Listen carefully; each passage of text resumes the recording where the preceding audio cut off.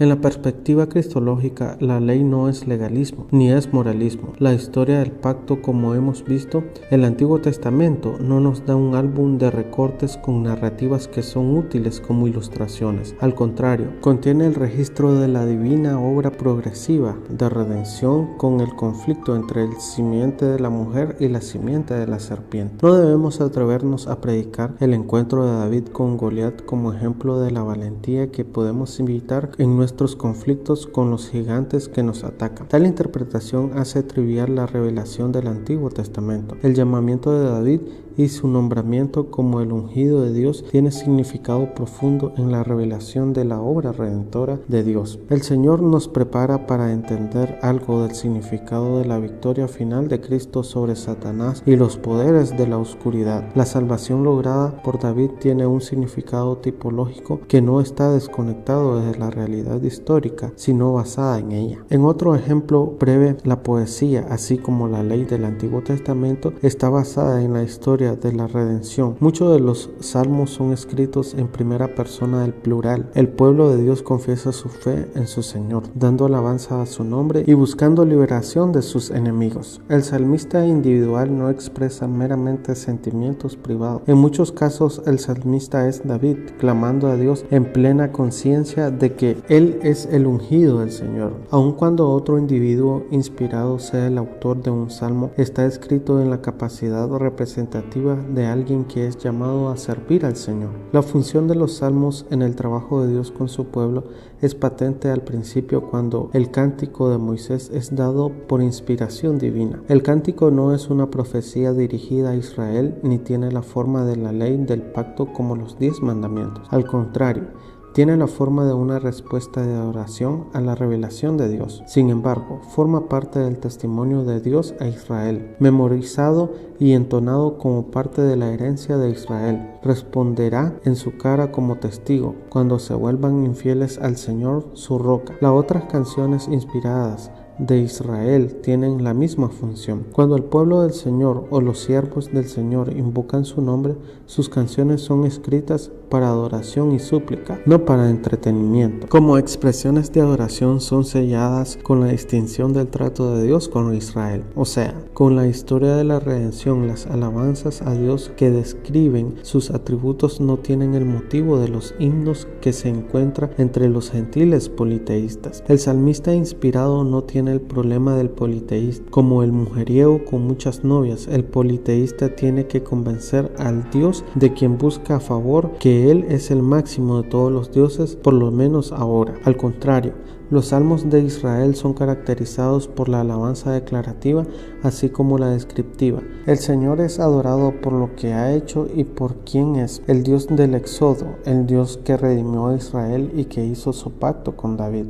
La historia de la salvación de Dios forma la base de la confesión del pecado y la petición por la renovación de las misericordias salvadoras de Dios. Los salmos también proclaman el cumplimiento de las promesas de Dios cuando el Señor mismo vuelva como redentor, juez y libertador de su pueblo. El cántico nuevo de la salvación se entonará en ese gran día. En su profundidad teológica, los salmos son canciones del pacto divino y de la esperanza del pacto, puesto que su gran obra de salvación se cumplirá por el Hijo de David. Los salmos son explícitamente mesiánicos. Jesús se confronta con sus enemigos con pasajes de los salmos. Ellos no han entendido que el Hijo de David debe ser también su Señor. No saben que es la piedra que desecharon los edificadores que Dios ha hecho cabeza del ángulo. Además de los salmos que son obviamente mesiánicos, como el Salmo 22, hay otras categorías de salmos que apuntan a Cristo no menos claramente. Los salmos reales, canciones de Sión y del Rey de Sión, son patentemente mesiánicos a la luz del cumplimiento nuevo testamentario. Cuando el Rey de Gloria entra en Sión triunfante después de haber vencido a sus enemigos, el escenario retratado es cumplido en la ascensión de Cristo, el Señor que marcha a través del desierto y entra en su monte santo, recibiendo y dando dones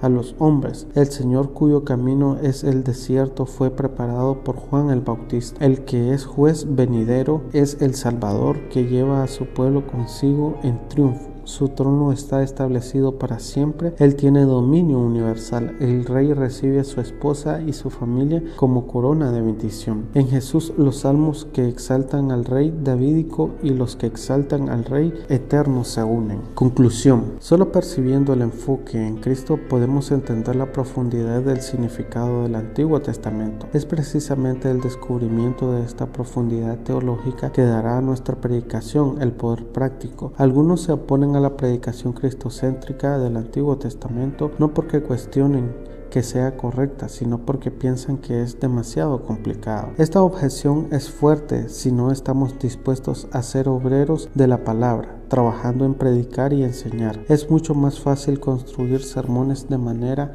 heno y hojarasca que ser artesanos que utilizan oro, plata y piedras preciosas. La predicación cristológica existe la comparación paciente de escritura con escritura, el uso extensivo de las concordancias y un compromiso de toda la vida al estudio bíblico, a la meditación y a la oración. La predicación cristológica no es forzada ni son sus líneas oscuras en la Biblia. La salvación es de Jehová. Es el gran texto de la Biblia y nos recuerda que no debemos sacrificar la realidad objetiva de lo que Dios hace en nuestra salvación para enfatizar la realidad subjetiva de nuestro conocimiento del Señor y experiencia de su misericordia. Si equivocadamente pensamos que un enfoque en nuestra experiencia es más práctico o que alcanza a los hombres en sus vidas cotidianas, ignoraremos el hecho sobresaliente del Evangelio de que la salvación es obra de Dios. No tratamos de encender la fe describiendo la fe, sino describiendo a Cristo. Pablo nunca se cansa de hablar de la obra de Dios. Para él, el indicativo de lo que Dios ha hecho siempre parece al imperativo de lo que debemos hacer. La predicación de Cristo de todas las Escrituras une la fe con la gracia. Dios es el Salvador en Cristo. Los creyentes del Antiguo Testamento confiaban mientras esperaban esa salvación venidera. Son ejemplos para nosotros como creyentes, no aparte de los hechos objetivos de la redención de Dios, mas como los que vivieron por fe. La obediencia del amor fluye de esa relación de fe. Como la fe, el amor no es encendido por la introspección, sino por mirar a Jesús, el autor y consumador de nuestra fe.